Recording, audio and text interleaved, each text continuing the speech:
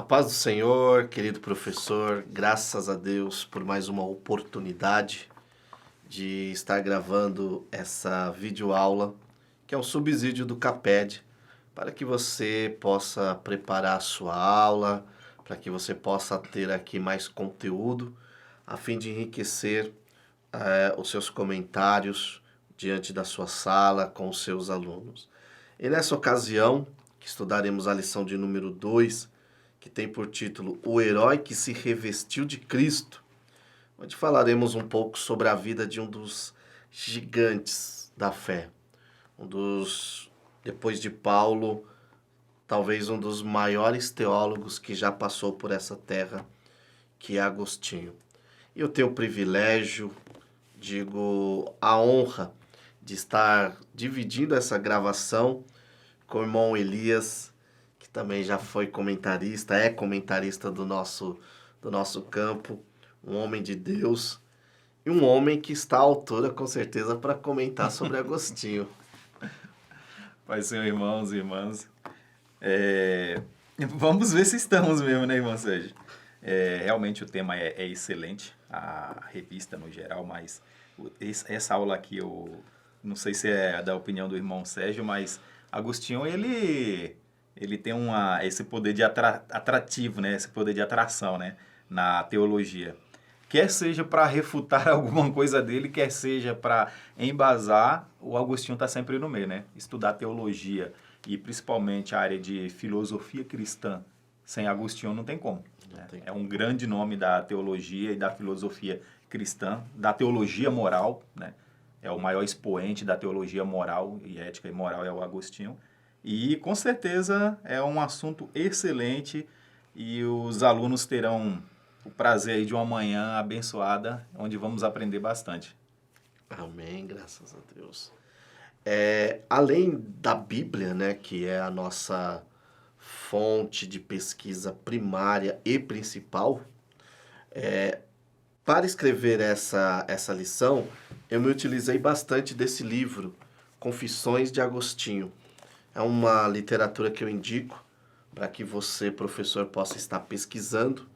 Nas próprias referências bibliográficas também tem um link da obra que eu consultei em PDF. E é importante você ler, você pesquisar essa obra, por quê? Porque ela é, digamos, a obra biográfica que o próprio Agostinho escreve, né, contando detalhes de sua vida. Essa lição ela tem por título O Herói que se Revestiu de Cristo. Por quê? Porque muitos trabalham com Agostinho apenas a ideia da teologia e da filosofia. Ele foi um gigante. Porém, no processo de escrever, e confesso aqui que eu fiquei muito em dúvida sobre o que falar de Agostinho. E aí foi quando, na ocasião, eu, olhando ali os meus livros, né, e olhando a minha biblioteca digital, eu peguei e me deparei com os livros Confissões e tenho certeza que o Espírito Santo me direcionou a falar sobre a conversão de Agostinho, né? Mas, irmão Elias, quem foi Agostinho? Quem foi Agostinho? Essa é a questão, né, irmão Sérgio? Você pegando o gancho aí do que você falou, né, da questão do que escolher, porque é vasto, né, a obra dele. E realmente fica difícil pegar onde que eu vou entrar para falar sobre Agostinho. E Confissões, o que eu gosto de Confissões, porque Confissões é uma oração, né? É um livro que é uma oração. É a oração de Agostinho.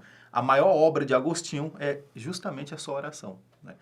E Agostinho, esse grande nome aí que dentro da Igreja Católica ele é mais conhecido do que no mundo cristão evangélico, né?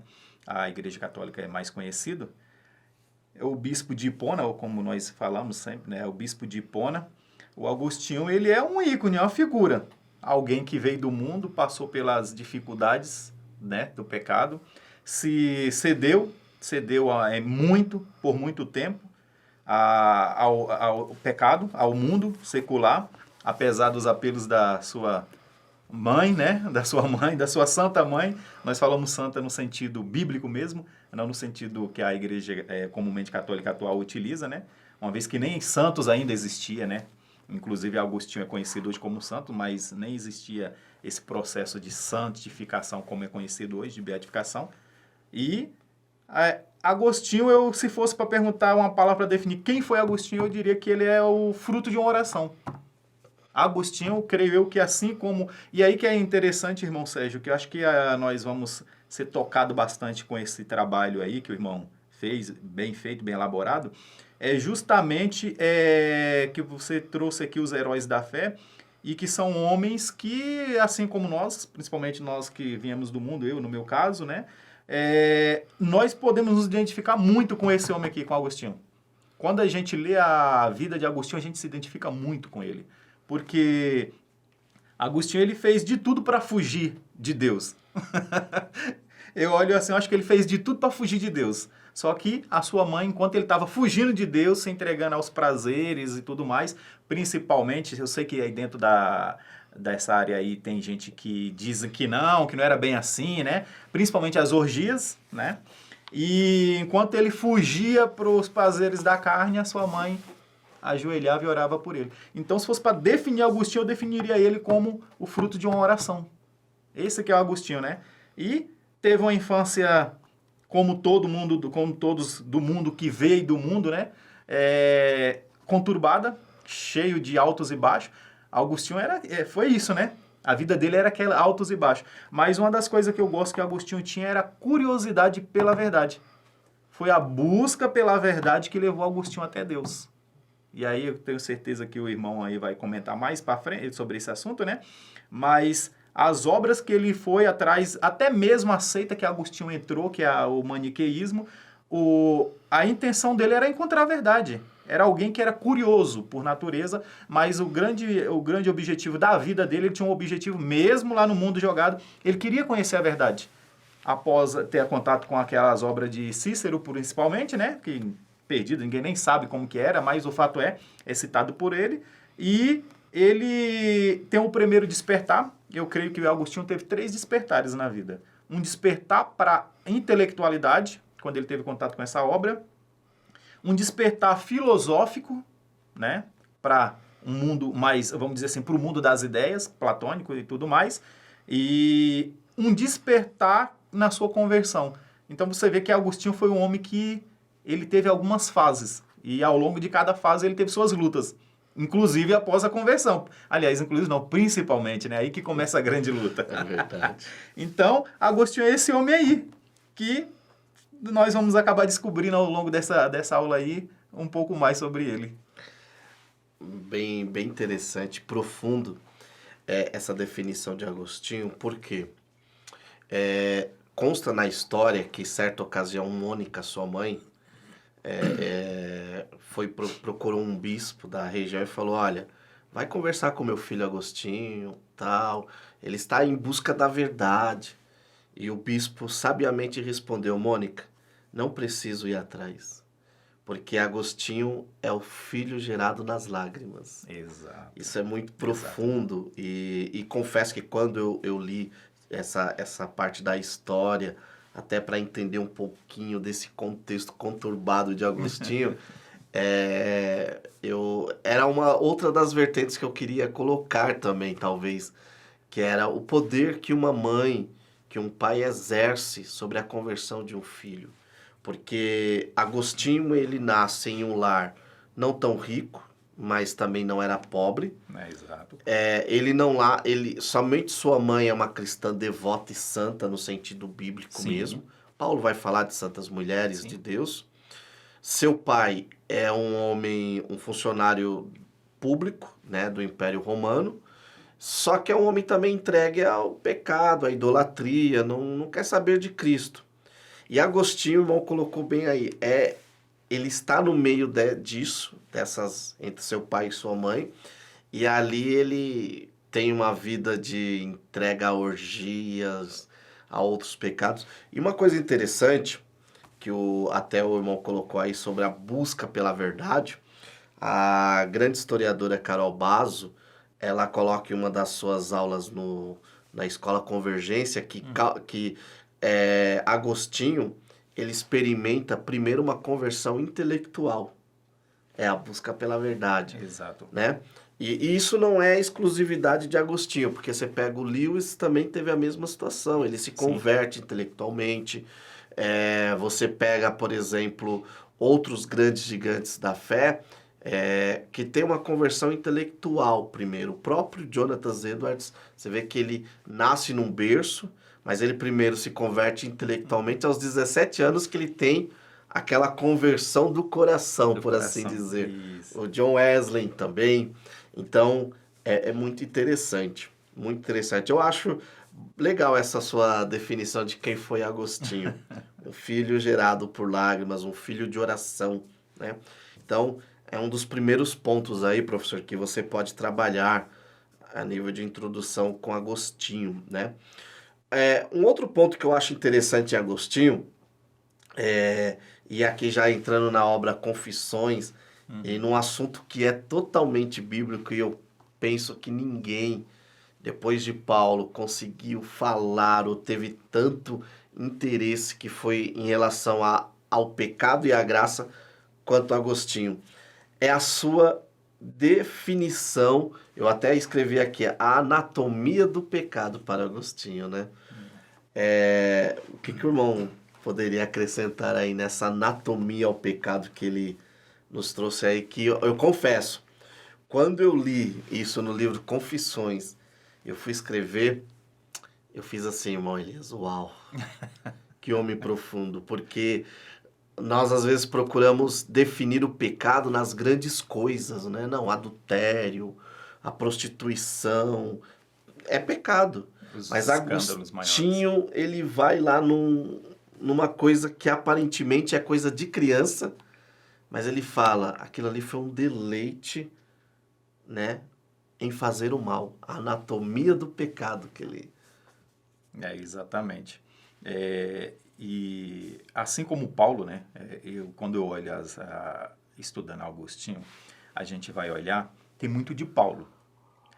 Vamos dizer assim, as teologias voltadas mais para liberal e principalmente a filosofia, eles identificam Agostinho com as obras platônicas, né?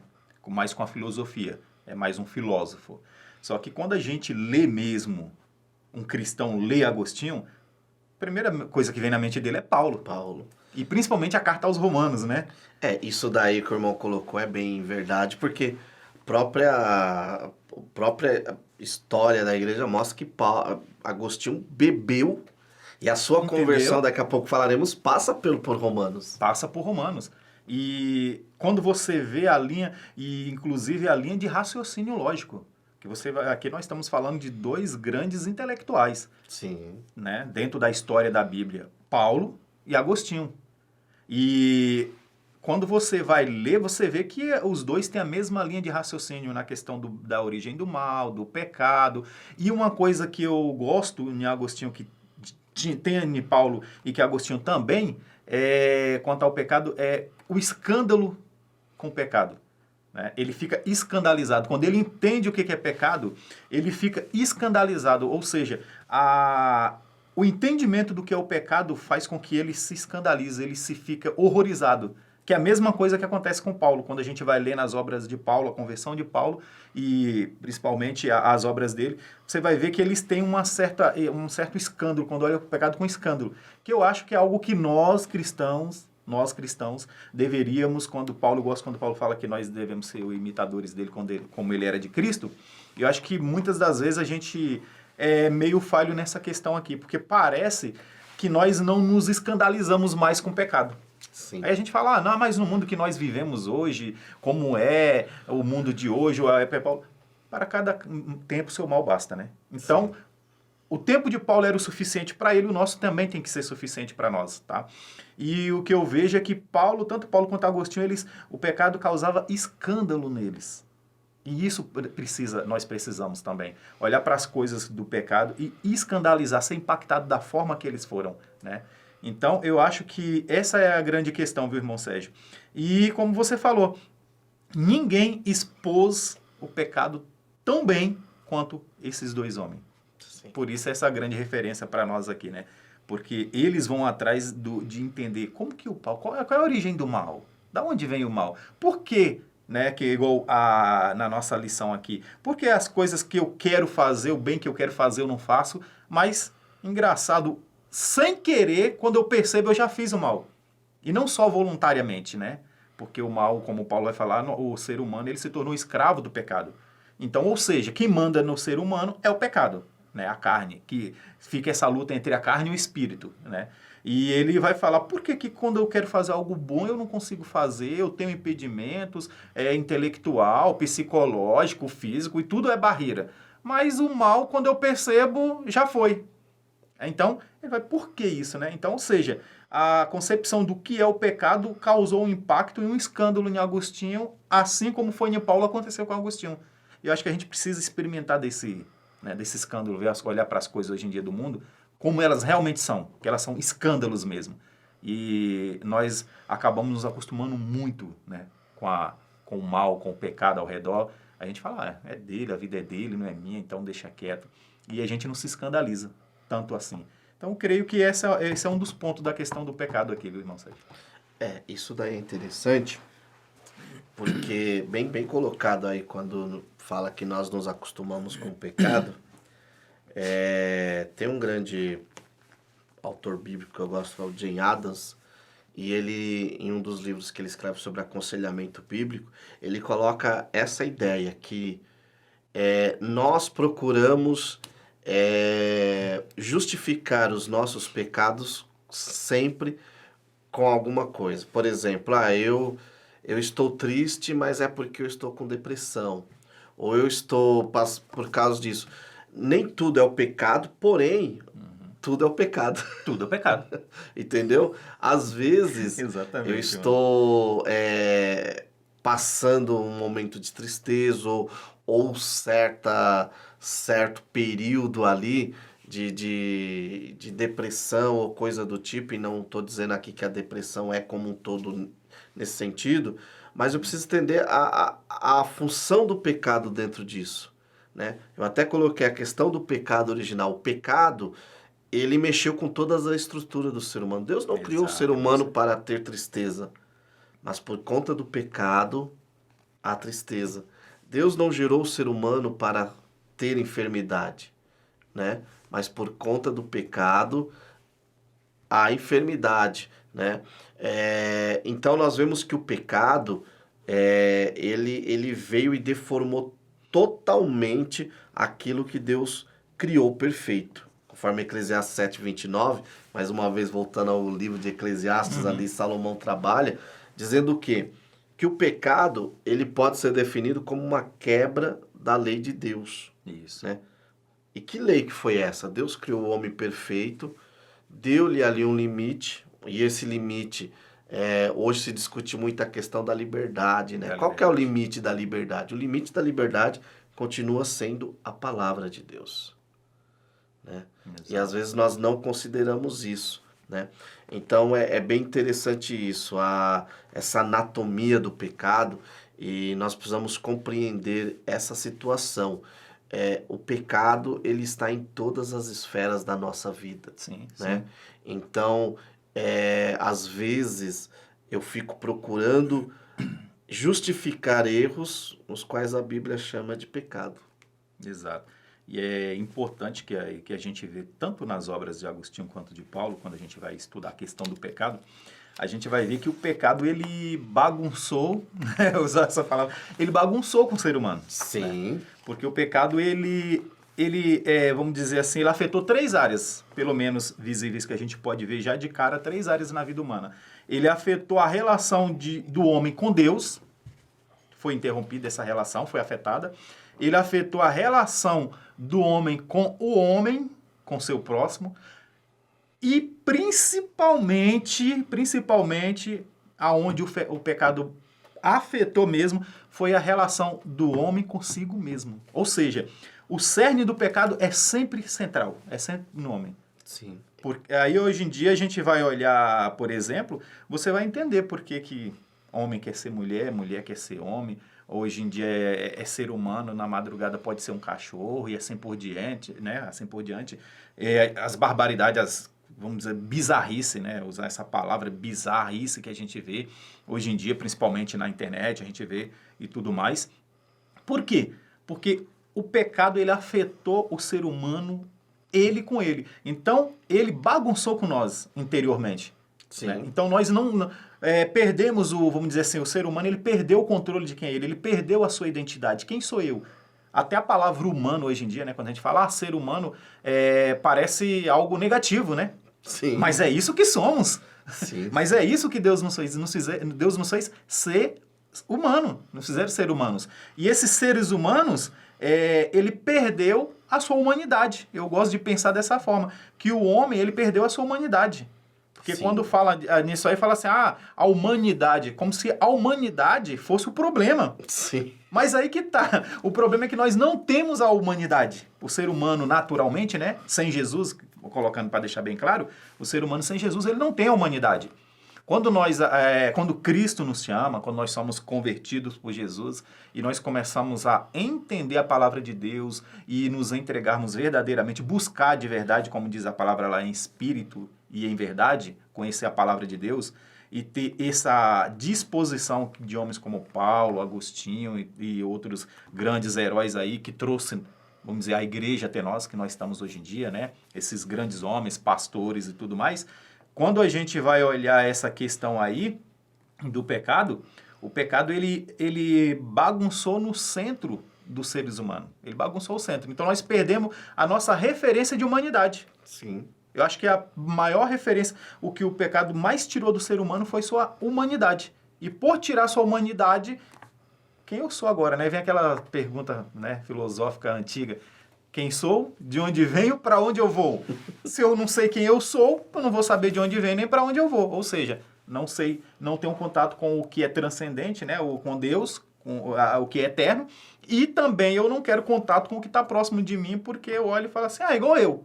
Ou até pior, né? É pior do que eu. Então, o ser humano, ele perdeu sua referência. Então, essa questão, e Agostinho, tanto Agostinho quanto Paulo, ele faz essa analogia e a gente percebe com clareza isso, né? O pecado, ele bagunçou com o ser humano. Essa que é a questão. Bagunçou. E foi justamente essa ideia que eu trouxe quando eu escrevi esse tópico 2, que foi justamente mostrar como que o pecado bagunçou. É perfeito a sua exposição, né? E continuando aqui, nós vemos em questão ainda sobre Agostinho, né? Agostinho nessa busca pela verdade, por assim dizer, né? Aquela pergunta clássica que o Pilatos fez para Jesus, e o que é a verdade? Agostinho foi em busca dessa verdade, e nós vemos, à medida que você lê o livro Confissões, que é uma biografia, uma oração biográfica, você percebe em Agostinho ali que à medida que ele busca no conhecimento humano, ele busca na terra a verdade, ele se desespera. É esse desespero, né, que há, esse vazio, né?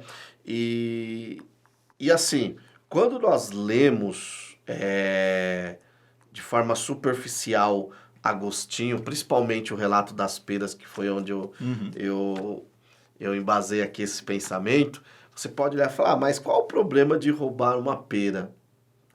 O problema, o próprio Agostinho vai trabalhar isso, e a própria Bíblia, antes de Agostinho, trabalha. Lá no caso de Davi, o problema era o quê? O pecado não estava na pera, não estava no vendedor. O que Agostinho quer nos mostrar, quer mostrar para o seu leitor o pecado sempre esteve em mim. Né? E aí eu me amarro em Davi, que quando ele peca, ele não sai procurando culpados. Exato, irmão. Ele ora e diz, Deus, cria em mim um coração puro e renova em mim um espírito reto. O que o salmista quer dizer? Senhor, sou eu o culpado. Não foi Betsaida, não foi Urias, não foi... Não, eu sou... O problema está em mim. Né? Então eu acho que a questão chegar nisso daí, nesse ponto que o irmão Té colocou aí sobre Paulo, requer essa viagem interior e dizer, calma aí, É diferente do que diz o Rousseau, que o ser humano nasce bom e a sociedade que corrompe. Não, a Bíblia ensina que eu já nasci com a natureza pecaminosa. Eu já nasci debaixo do pecado. Ou seja, eu nasci separado de Deus. Sim, sim. E eu preciso de arrependimento, preciso da graça, né? E aí faz a ponte para outra luta de Agostinho, né? Que foi a sua luta interior. Calma aí. Ele buscando essa verdade, ele se desespera por perceber que ele não estava conseguindo encontrar, né? E aí, Exato. eu acho que essa luta interior é a luta nossa hoje, né? Sim, sim, sim. E é interessante, como, só voltando um pouquinho aí, irmão Sérgio, quando a gente fala do assombro, que nós devemos nos assombrar com o pecado, foi o que aconteceu com Davi. Né? Sim. Quando ele deu conta do pecado dele, o que ele disse? Que é como se os ossos dele estivessem podres. Ele fala, é como se a podridão entrasse em meus ossos. Vê que coisa. Davi entendeu o pecado. Sim. É o que vai acontecer com Paulo, vai acontecer com Agostinho, né?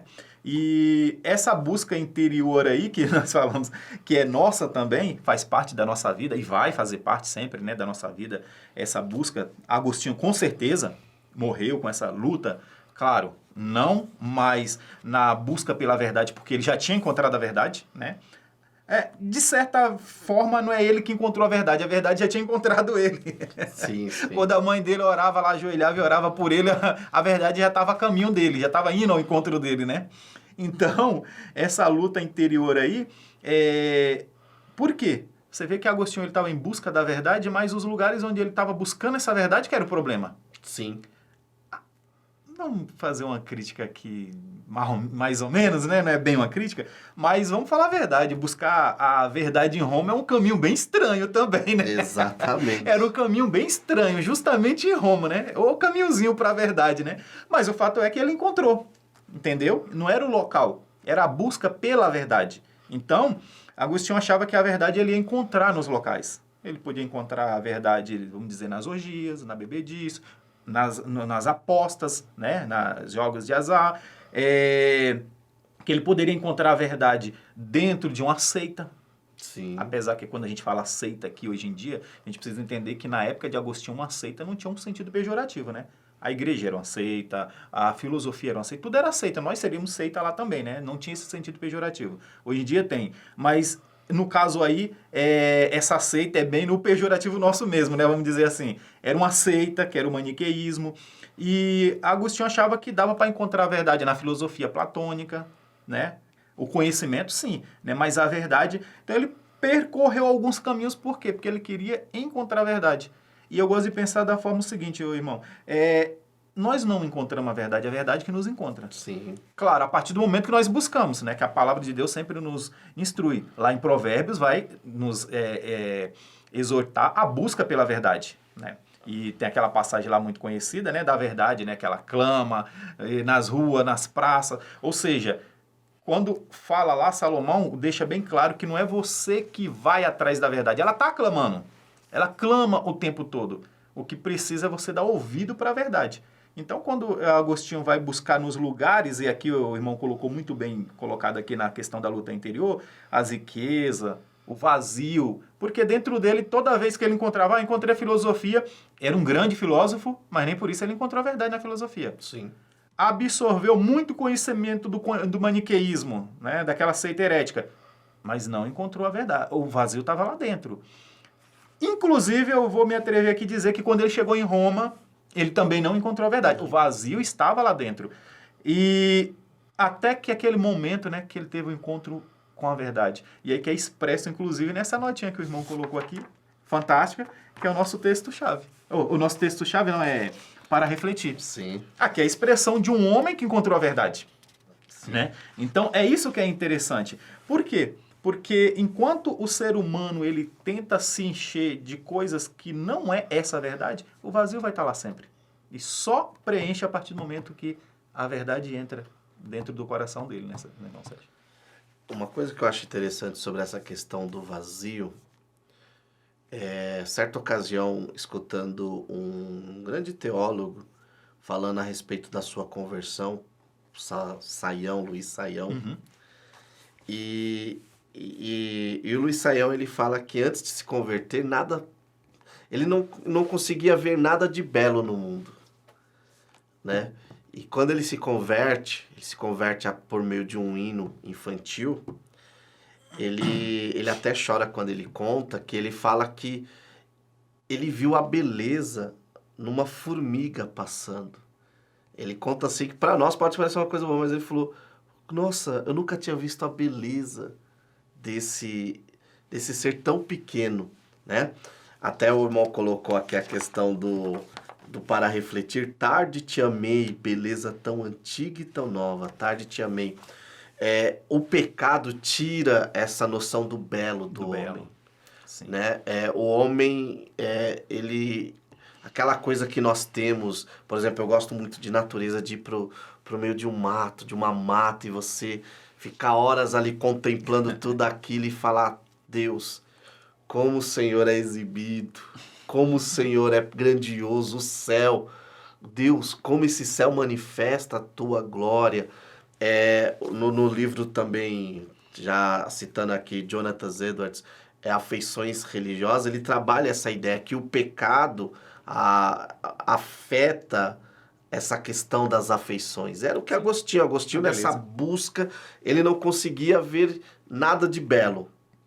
Quando o seu interior é preenchido pela água viva, né? Quando ele deixa... Eu até fiz aqui uma analogia sobre a água viva, porque quando Jesus chega ali para aquela mulher samaritana, Jesus pergunta, o que você... Me dá um pouco de água? A mulher fala, não posso. Nós vemos ali uma mulher se esforçando para pegar a sua própria água. Jesus fala, olha, eu quero te dar a água viva. A água no qual você não terá mais sede. Ou seja, essa busca, esse encontro com o belo, esse preenchimento desse vazio que há dentro do homem, só Deus pode preencher. Exato. E quando acontecer esse preenchimento, né, nós vamos para o próximo ponto aqui, que agora nós temos um Agostinho transformado, né? Até o irmão colocou que ele foi em Roma buscar, e eu acho interessante que quando ele tem um encontro ali com Ambrósio, que mostra para ele a verdade, né? E Agostinho é bem interessante, professor, querido professor, que Agostinho tinha uma visão estranha dos cristãos. Agostinho achava que os cristãos não eram inteligentes. Sim. Quando ele se depara com Ambrósio, nas palavras do próprio Agostinho, ele diz que não encontrou um homem tão intelectualmente pronto e completo como Ambrósio. Ambrósio, inclusive, é um dos pais da igreja. Exato. Também. E Ambrósio mostra para ele Cristo, ele se converte, mas ainda faltava aquela transformação. Ele fica um tempo, um período, até que um dia ele conversando com um amigo dele, e ele cai num desespero, em lágrimas, e ele vai para um jardim à parte orar, e ele ouve crianças cantando, pega e lê, tome e lê. E aí quando ele se depara com as escrituras, que eu coloquei aqui na leitura bíblica, Romanos 13 e 14, que diz, vivamos de modo decente, como quem vive de dia, não em orgias e bebedeiras, não em imoralidade sexual e depravação, não em discórdias e inveja, mas revestivos do Senhor Jesus Cristo, e não fiqueis pensando em como atender aos desejos da carne. E aí Agostinho vai dizer aqui no Confissões que a sua visão é iluminada. Exato. Aí ele começa a ter aquela visão do belo. O mundo parece, no livro Confissões, quando ele chega nesse trecho que eu coloquei, que é o livro 10, o capítulo 27, ele começa a enxergar a beleza de Deus nas coisas. Exato. Né? Exato. Então, nós vemos aí o homem que quer ser o animal, né? Agora está, infelizmente, aí recente, pessoas se reuniram numa estação de trem, eu acho que na Alemanha, e começaram a falar que eram cachorros. Tudo isso é o pecado tirando a beleza daquilo que Deus criou. O ser humano foi criado belo e para refletir a beleza divina e para participar dessa beleza. Então, e aqui nós temos um ponto, o poder das escrituras. Exatamente. E aí falando dessa questão do belo aí, nós temos no Brasil, por exemplo, aqui mesmo, né? Na Baixada Santista, a mulher diabo, aquela mulher lá que se fez, já colocou chifres e tal de botox e tal, tudo de botox, como fala, aquele silicone, né? colocou chifres e tudo mais, que é a mulher diabo. Temos o homem lagarto, pessoas que bifurcam a língua, corta e coloca bastante preenchimento, né, dessa substância para fazer aqueles... parecer que é um lagarto mesmo e tudo mais. Você vê que o outro lado, aquele cidadão que gastou aquela grana para conseguir um traje, um exoesqueleto, para parecer um cachorro perfeito, esse daí ainda foi externo, que ele está lá dentro, né? Outros deformam o próprio corpo. Ou seja, pega a beleza natural que eles têm, que eles receberam, né? Ao invés de zelar pela beleza natural dele, ele deforma a beleza. Você vê gente que... aquela exposição de homens pelados para criança tocar e dizendo que aquilo é belo. Então, assim, o ser humano, uma das coisas, ele perdeu a noção do que é a beleza. E dentro da filosofia que Agostinho estudou, principalmente Platão, né? Vem aquela questão do bem, do bom e do belo, né? Aliás, na época do Império Médici e tudo mais, que vem ali Leonardo da Vinci, Sandro Botticelli, aquela turma toda, quando o Sandro Botticelli, que pintou a capela lá, né, em Roma e tudo mais, quando perguntava para ele para quem que ele pintava, ele não vendia as obras dele. Ele era bancado, porque ele precisava comer e beber, né? Mas ele não trabalhava, então precisava sobreviver do trabalho. Sobreviver, não ficar rico. Então, o tempo todo as pessoas falavam assim, você precisa ir para Roma, lá que você vai ficar famoso. Ele falou, mas eu não pinto para o homem, eu pinto para Deus. Ele fala, a beleza é algo divina. Então, assim, o homem sempre teve... Agostinho estava atrás da verdade através da literatura, através das seitas, através de tudo. E esses artistas vão atrás de Deus, a expressão... quando você olha essas obras grandiosas, a gente olha pagãos, né? Fazer umas obras dessas, você fala, cara, como que o cara... Né? Pagão entre aspas, né? Fez uma obra tão bonita dessa que impacta, a gente olha e fica de boca aberta, principalmente o Sandro Botticelli, o Leonardo da Vinci, as obras do Da Vinci e tudo mais. Você olha, uma das coisas deles falava, não, a beleza, ela é divina. Sim. Né? Ela é uma beleza divina. É claro que foi pervertido e tudo mais, mas qual era o sentido deles também? É a mesma busca que o Agostinho estava, é da verdade. O homem quer encontrar a verdade, que a verdade é Deus, né? Então ele quer encontrar essa beleza última. Então eles fazem esses rascunhos que a gente fica impressionado, e são somente rascunhos mesmo, né? Não é, se é que podemos chamar de um rascunho da verdadeira beleza, mas a intenção deles é isso, trazer um pouco de beleza para o mundo. E aí você vê hoje em dia as expressões, acho que nós estamos num momento muito crítico, que nós estamos fazendo, olha só, isso lá na Idade Média. Na Idade Média, o homem querendo encontrar beleza, produzindo beleza. As artes que nós temos praticamente hoje em dia que sobreviveu vem tudo da Idade Média. O homem em busca da beleza. Hoje em dia estamos fazendo o caminho ao contrário. O homem está destruindo aquilo que é belo e colocando essas bizarrices no mundo e contemplando e acha que é beleza, que é arte. Se você falasse arte, como os artistas de hoje tratam, lá na época do Império Médici, lá para a época de Leonardo da Vinci, você vai falar assim, tá de brincadeira, isso aqui não é arte. Né? Isso não então, é o belo. Não é o belo, entendeu? Então, tem essa questão aí, né, o irmão Sérgio? A questão da beleza, né? E o Agostinho, ele encontrou essa beleza. Né? Ele encontrou essa beleza. Isso aí que é interessante. E é um homem que foi transformado pelo impacto dessa beleza. Então, acho que nós, como cristãos, nós aproveitamos mais o mundo nesse ponto de vista. Porque a gente consegue ver a beleza nas coisas. Você consegue olhar para algo e falar, isso é belo. Então o ser humano, ele perdeu a noção do que é belo. Tanto que a arte tenta resgatar a arte verdadeira lá atrás, né? Que não se tem mais hoje em dia quase. Ele tenta fazer o que? Resgatar essa beleza. Então, é igual o irmão falou do saião lá, né? Da formiga, olhar e falar, cara, que coisa fantástica. Eu tô olhando pra mim assim, só uma formiga. Mas para ele tinha uma beleza. E a gente... Olha, quando nós olhamos para as coisas hoje em dia do mundo, depois que Deus transforma o nosso coração, a gente consegue ver a beleza. Sim, sim. A beleza da vida, inclusive a última beleza, que é a beleza de viver. De viver. Que muitos perdem o engano. Eu acho que o suicídio, em certa medida, ele é justamente o desencanto com as coisas, com a beleza. Um dos motivos, né? Ele não consegue mais ver beleza em nada. Perdeu, não tem beleza nem externa, nem interna, nem, vamos dizer, filosófica, nem teológica, nem nada. Ele perde o contato com a beleza. Ele simplesmente não vê beleza nenhuma no mundo. Ele fala, para mim, tá aqui, tá do outro lado, tanto faz. Né? Então, eu creio que esse é um dos papéis da beleza, que, aliás, era um pensamento bem da Idade Média, e eu concordo que A função da beleza é apontar para Deus. Sim. É apontar para Deus. Deus é belo. Deus é belo. Então, toda beleza é uma expressão de um ser humano, mesmo caído, tentando encontrar Deus. Exatamente. Essa é a função da beleza. E nós vemos que essa busca, esse encontro passa primeiro pelo poder das Escrituras. Eu não tenho certeza que hoje o ser humano está nesse estado porque ele quer encontrar, assim como Agostinho, quer encontrar o sentido, o preenchimento do seu vazio fora das Escrituras. E as Escrituras, ela é a palavra de Deus.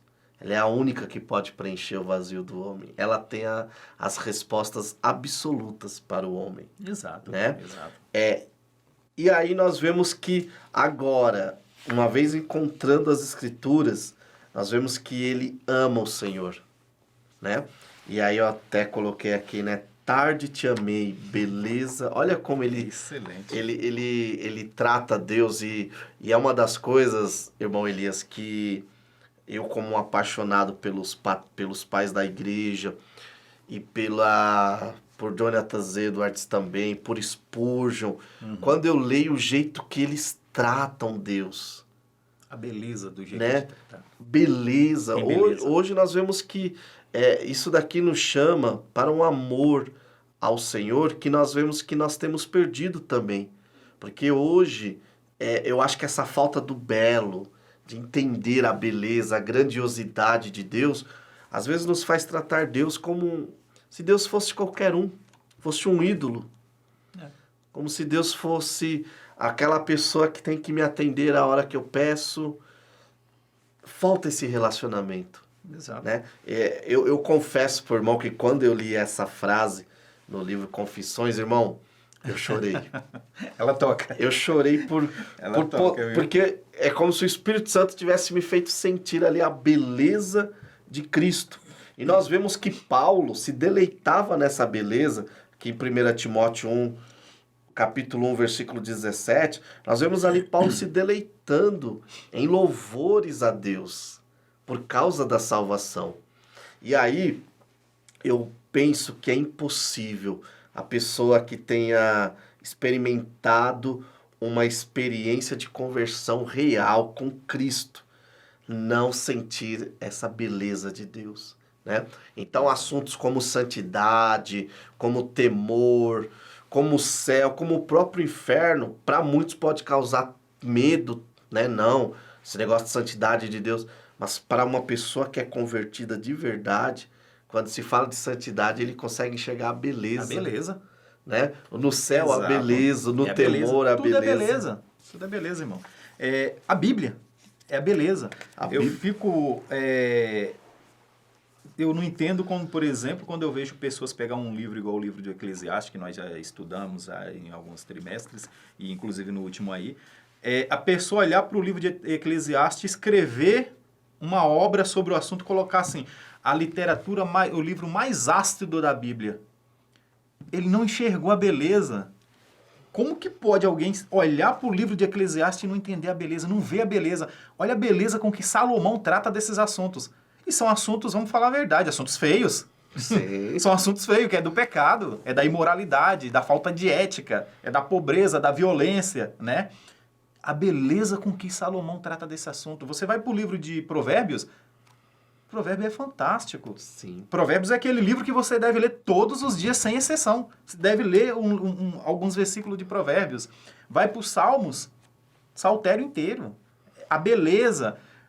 Até você pega por exemplo, eu gosto de Jeremias. Lamentações de Jeremias. Eu já vi gente falar mal de Lamentações de Jeremias. É fantástico a forma como que Jeremias trata daquele período.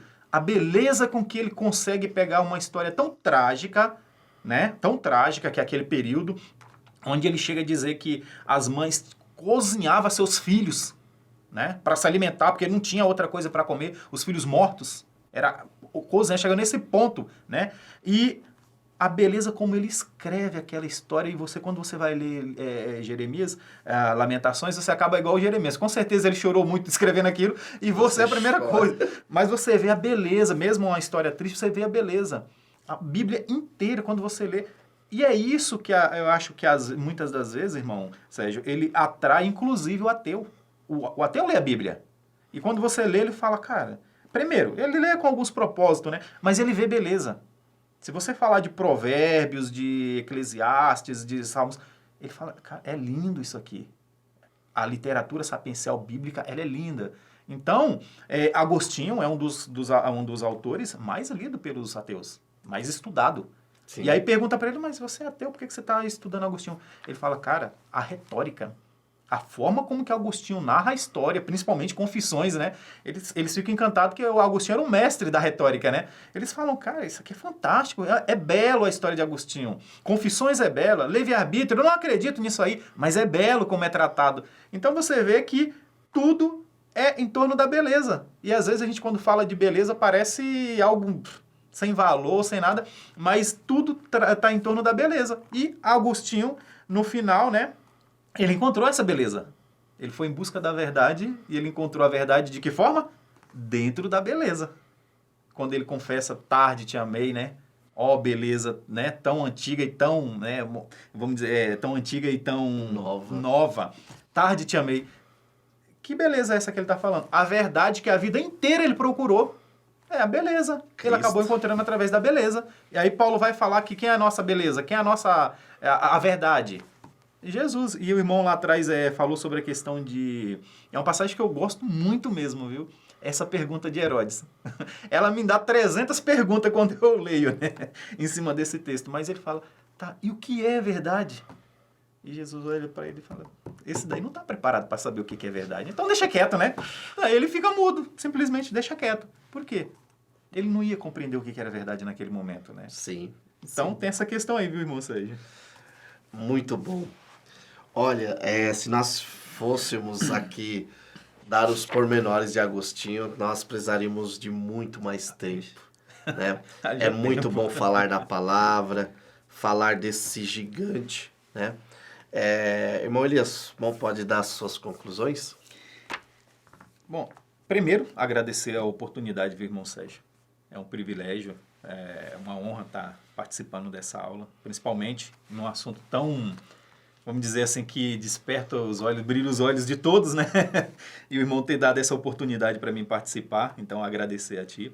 E dizer para os irmãos em casa, né, que estão nos assistindo, que nós ainda estamos começando, nessa segunda lição, o trimestre, e que vai ser tremendo aprendizado, tá, irmãos? Aproveitem bem, leiam os assuntos, as dicas que o irmão Sérgio já deu e vai continuar dando, né, irmão Sérgio, até o final do trimestre.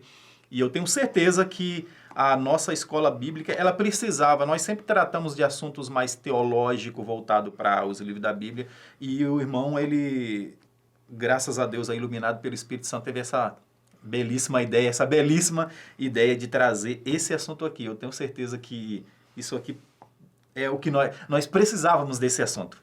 E heróis da fé. E nós vamos acabar vendo que nós temos muitos heróis da fé, né, irmão Sérgio? Ao longo do trimestre vai ser dito. Muitos. Mas você vai encontrar heróis da fé onde você nem achava que tinha. Exato. E eu agradeço, viu, irmão Sérgio? Muito obrigado. Amém. Eu que agradeço ao irmão Elias. Já disse isso particularmente e direi agora em público. O irmão Elias é uma das mentes mais brilhantes que eu conheço. E eu que sou grato a Deus pela vida do irmão. Como dica, como conclusão, só queria dizer aos irmãos que Agostinho ele é importante porque ele faz a ponte entre o antigo e o médio.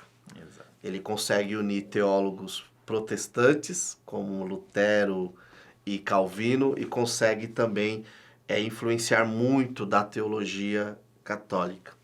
Mas, acima de tudo, Agostinho foi um homem convertido. Não está escrito aqui, mas uma das coisas que me toca é que depois de convertido e antes de sua mãe Mônica morrer, eles estão ali conversando e até é retratado esse momento aqui na figura de Agostinho, ele tocando, o coração aquecido. ele e sua mãe estão conversando sobre Cristo, e Agostinho disse que eles têm ali uma experiência mitológica, como se eles tivessem tocado o céu, tido uma visão. Tamanha a sua conversão e o quanto ele se revestiu de Cristo. Então se revista de Cristo, que você possa levar seus alunos, querido professor, a se revestir de Cristo, e que Deus te abençoe no nome de Jesus.